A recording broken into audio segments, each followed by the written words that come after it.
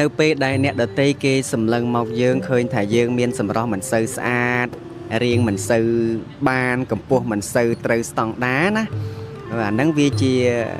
រឿងរបស់គេពីព្រោះគេមើលឃើញបែបណាគេថាបែបហ្នឹងហើយអញ្ចឹងតែយើងមិនត្រូវទៅកើតទុកមិនសុខចិត្តឆ្អិតទ្រូងនៅពេលដែល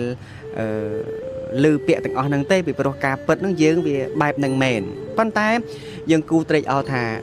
បើអ្វីត្បិតតែសម្រស់យើងវាមិនសូវបានរាងមិនសូវត្រូវស្តង់ដារឬក៏កម្ពស់វាមិនសូវ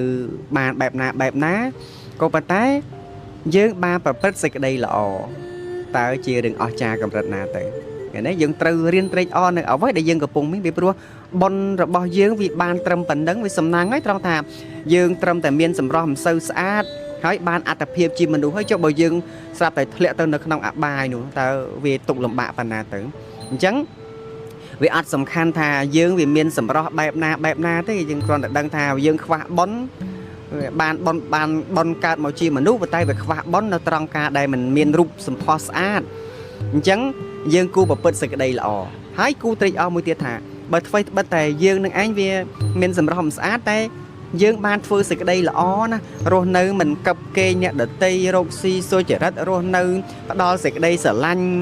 ការរាប់អានការស្មោះត្រង់ចំពោះមនុស្សនៅជុំវិញខ្លួនតើយើងអស្ចារ្យប៉ុណ្ណាទៅ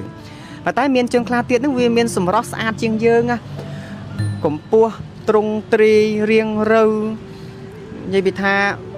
ដូចតារាអញ្ចឹងហ្នឹងហើយស្អាតដូចតារាអញ្ចឹងគាត់ថាស្រីដូច Miss Grand អីចឹងទៅគាត់ថាមនុស្សប្រុសដូចជាតារា model អីចឹងទៅណាប៉ុន្តែបើសម្រស់យើងស្អាតល្អត្រូវស្តង់ដារប៉ុណ្្នឹងហើយស្រាប់តែយើងប្រព្រឹត្តនៅអំពើអាក្រក់តើវាល្អជាងយើងប៉ុណ្ណាទៅប្រសិនបើមានសម្រស់ស្អាតហើយកម្ពស់ក៏បានសម្រស់ក៏បានរាងក៏បានតែបែរទៅជាប្រព្រឹត្តអំពើអាក្រក់តើវាថ្លៃថ្នូរវាអស្ចារ្យជាងយើងអ្នកដែលមានសម្រស់មិនស្អាតរាងមិនសូវល្អកម្ពស់មិនសូវបានហើយយើងប្រព្រឹត្តសេចក្តីល្អណាបើប្រៀបធៀបគ្នាទៅថា